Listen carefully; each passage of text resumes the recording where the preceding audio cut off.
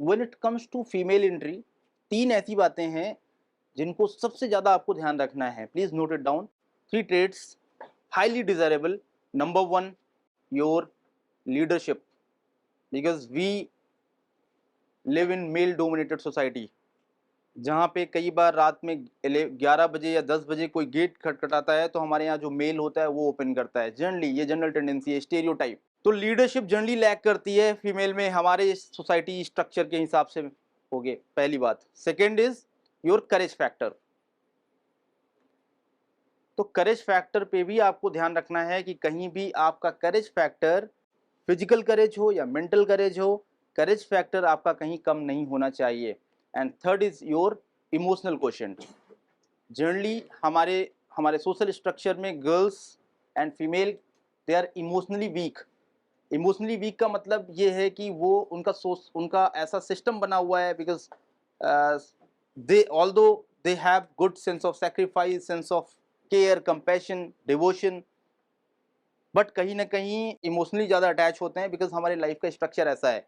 Because family में आपका association ज़्यादा रहता है, आपके रिचुअल्स ज़्यादा होते हैं, और एज अ मेल पर्सन क्या होता है, वो तो बाहर चला जाएगा, स्टूडेंट लाइफ में उसका जॉब मिल गई, बाहर चला गया, एज कम्पेयर टू मेल। इसी वजह से फीमेल फैमिली में हाउस होल्ड एक्टिविटीज़ में they are very responsible also, but same time में एक हमें ये भी चेक करना होता है कि आपका EQ, इमोशनल क्वोशंट, कहीं वीक तो नहीं है।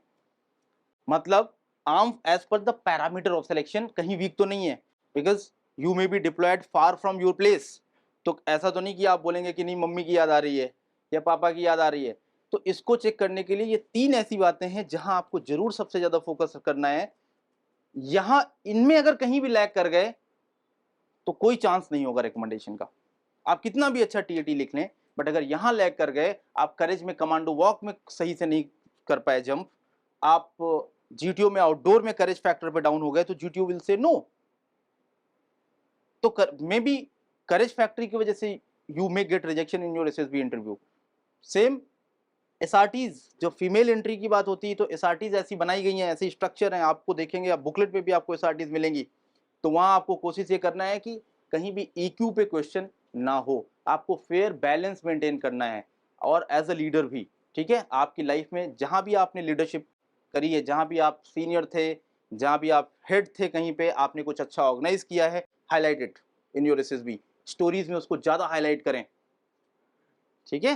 बाकी मैं आपको रिकमेंडेड कैंडिडेट के डोजियर भी दिखाऊंगा, तो आपको पता चलेगा। जो फीमेल अभी NDA में 19 का सिर्फ वैकेंसी थी, मेरे 2 कैंडिडेट्स हैं जो मेरे स्टूडेंट हैं रिकमेंडेड उसमें से, तो उनके भी डोजियर आप देखना कैसे चेंजेस कराए गए थे। Definitely you are going to learn.